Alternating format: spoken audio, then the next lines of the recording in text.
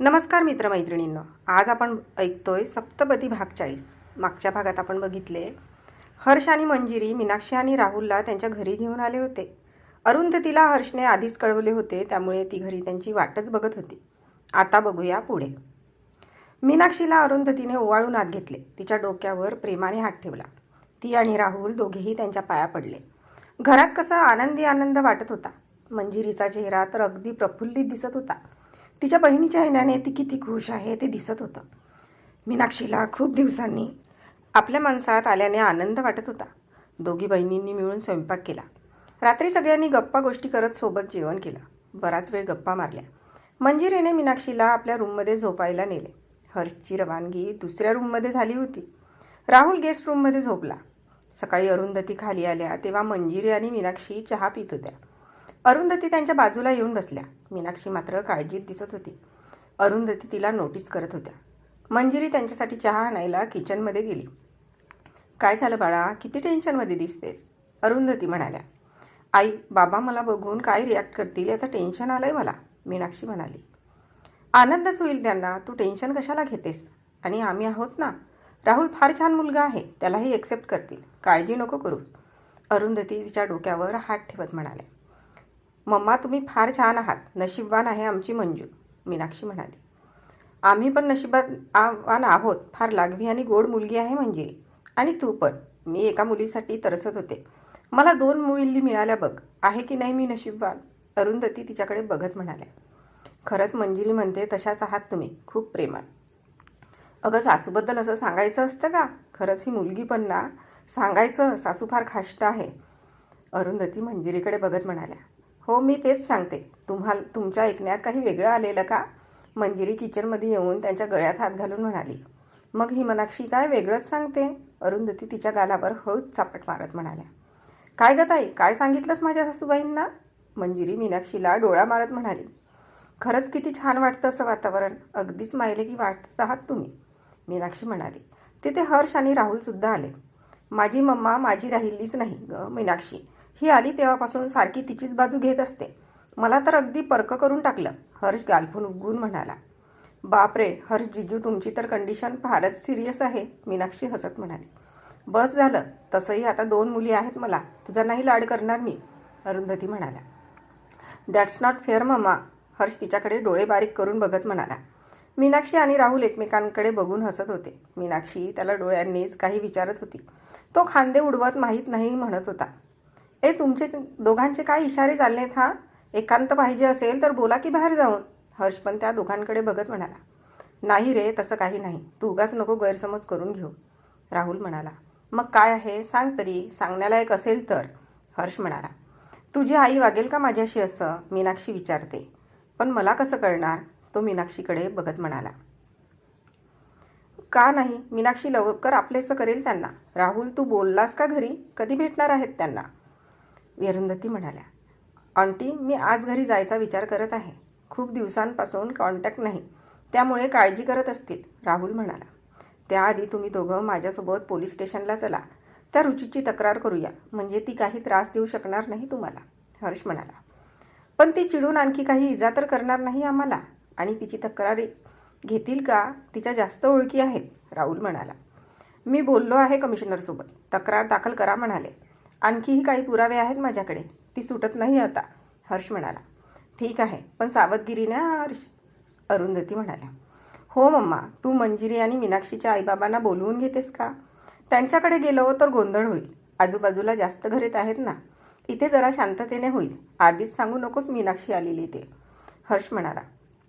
हो चालेल, करते मी थोड्या वेळाने फोन, आणि उद्याच बोलवून घेते, अरुंधती दोघींकडे बघत म्हणाल्या.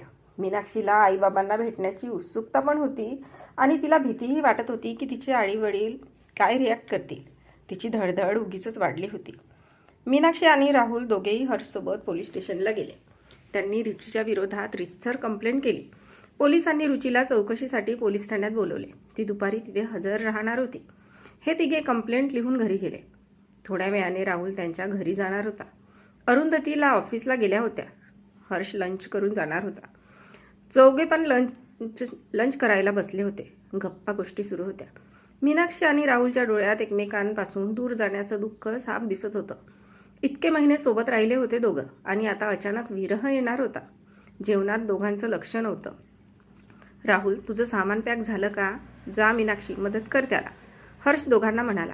दोघांना एकमेकांसोबत बोलता यावे म्हणून याने दोघांना आत पाठवलं होतं. राहुल गेस्ट रूममध्ये थांबला होता. मीनाक्षी मंजिरीच्या रूममध्ये. आता तरी खुश आहेस ना म्हणू? हर्ष मंजिरीला म्हणाला. ती डायनिंग टेबल आवरत होती. हो थँक्स, मंजिरी म्हणाली. बस एवढंच? 2 शब्दात माझी एवढी मेहनत गेली तर वाया? हर्ष तिच्याकडे डोळे बारीक करत बघत म्हणाला. हर्ष, मी मनापासून बोलते. मी खरंच आज खूप आनंदात आहे, मंजिरी म्हणाली. मग मला काही रिटर्न गिफ्ट मिळेल का? हर्ष म्हणाला. काय पाहिजे तुम्हाला? शक्य झालं तर नक्की देईल, मंजिरी म्हणाली. सध्या तरी अशीच आनंदात राहा, मग बाकी मी वेळ आल्यावर मागतं, हर्ष म्हणाला. वेळ आल्यावर म्हणजे? मंजिरी त्याच्याकडे बघत म्हणाली. काही नाही, तो गालात हसत म्हणाला. आई बाबा कसे रिॲक्ट करतील? दोघांच्या लग्नाला तयार होतील ना? मंजिरी म्हणाली. बघू ना, आपण समजावू त्यांना. नाही ऐकले तर? त्यांचे तत्त्व फार वेगळे असतात, माहीत नाही ऐकतील की नाही, मंजिरी टेन्शनमध्ये म्हणाली. तू नको काळजी करू. आता दोघींच असाल घरी, सांभाळून राहा आणि मस्त गप्पा मारत बसा. आणि रात्री थोडा वेळ आम्हालाही द्या म्हणजे झालं, हर्ष म्हणाला. आणि मंजिरीच्या चेहऱ्यावर एकदम लाली आली. का ते तिचं तिलाच कळलं नाही. राहुलच्या मागे मीनाक्षी गेस्ट रूममध्ये गेली. राहुलची बॅग आधीच पॅक करून होती. राहुलने दार बंद केलं आणि मीनाक्षीला मिठीत घेतले. मीनाक्षी रडत होती. बराच वेळ तो तिला मिठीत घेऊन होता. राहुल, तू खरंच जात आहेस? तुझे आईवडील तयार होतील ना रे आपल्या लग्नाला? मीनाक्षी रडतच म्हणाली. मी आहे ना, काळजी नको करू, मी करते त्यांना तयार. राहुल तिला खांद्याला धरून समोर आणत म्हणाला. तिचा चेहरा ओंजळीत धरून डोळ्यातले अश्रू त्याने पुसले. उलट तुझे आईवडील काय रिॲक्ट करतील याची भीती वाटत आहे मला, राहुल खालच्या आवाजात म्हणाला. त्याच्या आवाजात काळजी दिसत होती. हो रे, मलाही भीती वाटत आहे. मी नाही राहू शकणार राहुल तुझ्याशिवाय. मीनाक्षीच्या डोळ्यात पुन्हा अश्रू आले. तुला काय वाटतं, मी राहू शकणार आहे? मी तुझ्याशिवाय आयुष्याची कल्पना नाही करू शकत, राहुल तिच्या अश्रू अंगठ्याने टिपत म्हणाला. नाही ऐकले आपले आईवडील तर काय करायचं? असा निगेटिव्ह विचार करू नको ना जान. होईल सगळं सुरळीत. मला आधी नोकरीचं बघावं लागेल.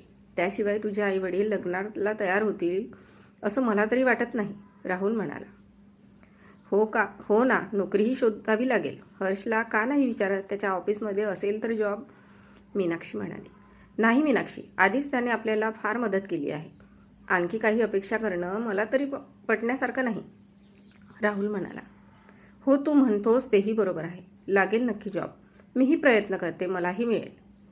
तू आधी पूर्णपणे रिलॅक्स हो, नंतर बघू. मी माझ्या आधीच्या कंपनीत जाऊन बघणार आहे. बघतो काही मार्ग निघतो का. ती IT कंपनी आहे, तिथे जॉईन झालास तरच छानच आहे, मीनाक्षी म्हणाली. तुला सोडून जायची इच्छा नाही आहे मीनू, राहुल पुन्हा तिला मिठीत घेत म्हणाला. नको ना जाऊस, थांब ना. ते शक्य नाही ना, जावंच लागेल. आपण लग्न करूनच तुझ्या घरी गेलो तर, मीनाक्षी म्हणाली. काय बोलतेस मीनू तू?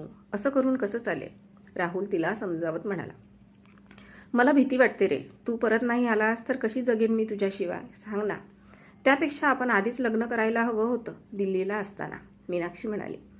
मी येणार आहे मीनू, तेही आईबाबांना घेऊन. तुला मागणी घालणार आहे आणि आता हर्षची साथ आहेच, राहुल तिच्या डोळ्यात बघत म्हणाला. मी वाट बघेन राहुल, मीनाक्षी. तो तिला मिठीत घेऊन कितीतरी वेळ उभा होता. अरे झाली का राहुल बॅग भरून, हर्षने आवाज दिला. मीनाक्षी आता लाजून त्याच्या मिठीतून बाहेर आली. हो आलोच, राहुल मीनाक्षीकडे बघत म्हणाला. त्याने तिला डोळ्यांनीच बाहेर चल म्हणून इशारा केला. दोघेही आता रूमच्या बाहेर आले. नाही, आणखी काही बोलायचं असेल तर मी थांबतो थोडा वेळ, हर्ष मिश्किलपणे म्हणाला. नाही चल, तुला उशीर होत आहे ना जायला. आणि खरंच मनापासून धन्यवाद, राहुल म्हणाला. धन्यवाद काय, परत भेटणार नसल्यासारखा नको बोलू. न भेटून सांगतो कुणाला. आता कसं उचलून घेईन येईल स्वतः नाही आलास तर, हर्ष म्हणाला. हो तू करूच शकतोच, माहीत आहे मला. हमारी साली साहिबा की खुशी का सवाल है और उनकी खुशियाँ आपसे जुड़ी है, हर्ष ॲक्टिंग करत म्हणाला. त्याची ॲक्टिंग बघून तिघेही हसायला लागले.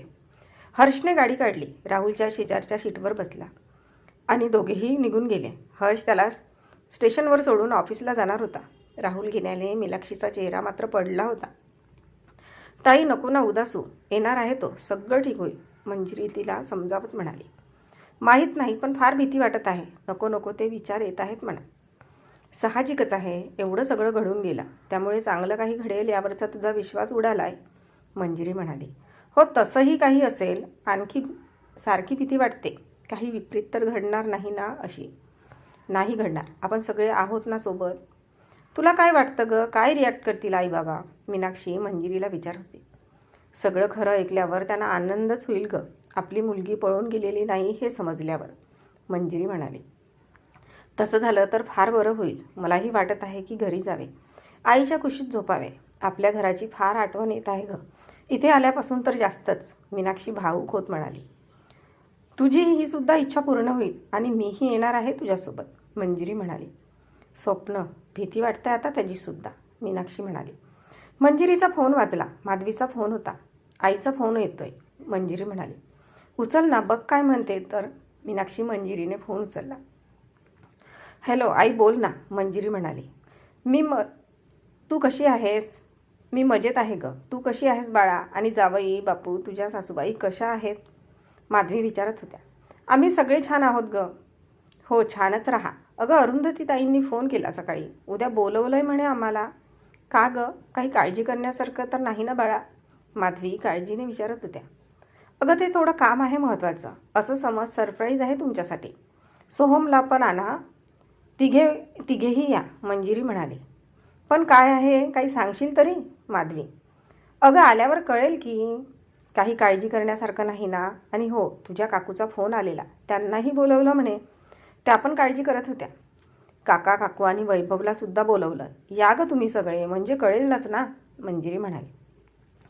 असा अचानक येण्याचा निरोप आला म्हणून आम्ही घाबरलो ग जरा. खरंच काही काळजीचं कारण नाही ना? आई, किती काळजी करतेस ग, सगळा आनंदी आनंद आहे बघ, मंजिरी म्हणाली. काही आनंदाची बातमी आहे की काय, म्हणजे तुझ्याकडे गुड न्यूज वगैरे? माधवी शंका व्यक्त करत म्हणाली. अगं आई, तसं काही नाही, उगाच काही पण तुझं. आत्ताच तर लग्न झालं आहे ना माझं, मंजिरी कपाळावर हात मारत म्हणाली. मला वाटलं ग 3 महिने उलटून गेलेत की लग्नाला, माधवी म्हणाले. उद्या आल्यावर बोलू ना आई, आता फोनवर काय सांगायचं तुला, मंजिरी वैतागत म्हणाली. बरं बरं, येतो आम्ही, तुला काय हवंय ते सांग, घेऊन येते, माधवी म्हणाली. काही नको, तुम्ही या फक्त. चल बाय, मी ठेवते आता, जरा कामं आहेत मला, मंजिरी म्हणाली. हो बाय, काळजी घे, माधवी.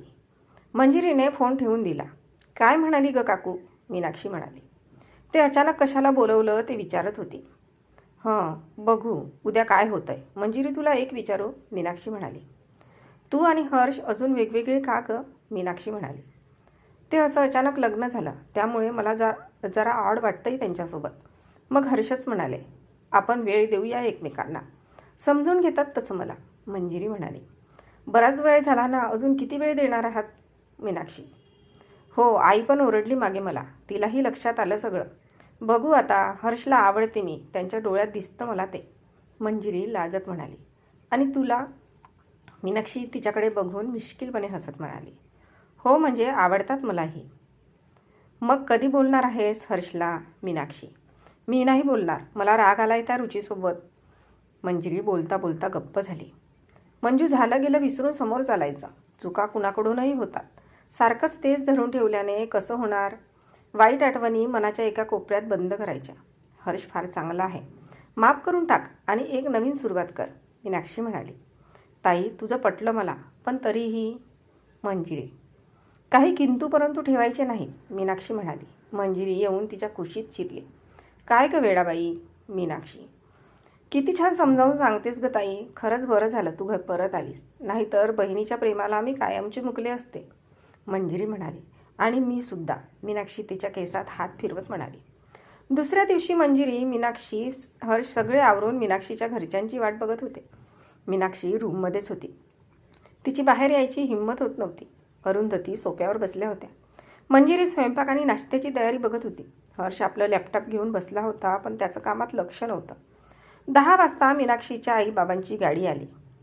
सुजाता, अनिकेतराव आणि वैभव घरात आले. अरुंधती आणि हर्षने त्यांचं स्वागत केलं. मंजिरी काका काकूच्या पाया पडली आणि काकूला जाऊन मिठी मारली. थोड्याच वेळात मंजिरीचे आईबाबा आले. मंजिरी आधी जाऊन आईच्या कुशीत शिरली. सगळेजण आता हॉलमध्ये बसले. वैभव आणि सोहम, हर्ष आणि मंजिरी सोबत मस्त गप्पा मारत होते. मीनाक्षी रूममध्ये होती. इकडे यांच्या बोलण्याचा आवाज तिला जात होता आणि तिचा जीव वरखाली होत होता. असं अचानक आम्हाला बोलवलंय, सगळं ठीक आहे ना? अनिकेतराव म्हणाले. सर्व ठीक आहे. तुम्ही आठवण काढत नाही म्हटलं बोलवून घ्यावं. तसं एक सरप्राईज आहेच, पण आधी चहा पाणी घेऊ द्या, अरुंधती म्हणाल्या.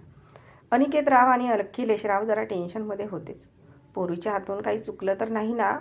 अखिलेशराव काळजीने म्हणाले. बाबा काही पण काय, काही चुकलं नाही. फार चांगली आणि गुणाची आहे तुमची मुलगी, हर्ष म्हणाला. सगळेच जाऊन त्याच्याकडे हसत बघत होते. अरे असं का बघताय? बायकोची स्तुती केली तर जराशी काय बिघडलं? हर्ष गालात हसत म्हणाला. आम्ही कुठं काही बोललो? काय होत आई? अनिकेतराव अरुंधतीला म्हणाले. हो ना, अरुंधती म्हणाल्या, पण त्यांनाही आता जरा काळजी वाटत होतीच. गप्पा मारत सर्वांनी नाश्ता केला. चहा झाला. हर्षने मंजिरीला इशारा करून मीनाक्षीला घेऊन यायला सांगितले. मंजिरी तिच्या रूममध्ये गेली आणि मीनाक्षीला घेऊन बाहेर आली. बाबा मागे बघा, तुमच्यासाठी सरप्राईज आहे, हर्ष म्हणाला. सगळ्यांनी मंजिरीच्या दिशेने बघितले आणि मीनाक्षीला पाहून सगळे चकित झाले. सुजाताच्या चेहऱ्यावर आनंद पसरला. ती धावत तिच्याकडे जाणार तोच काहीतरी आठवलं आणि ती जागीच थबकली. तर आजचा भाग इथपर्यंतच. भेटूया पुढच्या भागात लवकरच. तोपर्यंत आमच्या या भागाला लाईक आणि कॉमेंट्स करायला विसरू नका. आणि अजूनपर्यंत आमच्या चॅनलला सबस्क्राईब केले नसेल तर लगेच सबस्क्राईब करा. धन्यवाद.